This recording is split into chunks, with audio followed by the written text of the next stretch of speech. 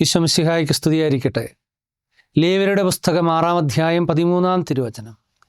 ബലിപീഠത്തിലെ അഗ്നി നിരന്തരം കത്തിക്കൊണ്ടിരിക്കണം, അത് കെട്ടുപോകരുത്. ബലിപീഠത്തിലെ അഗ്നി പരിശുദ്ധ കുർബാനയാണ്.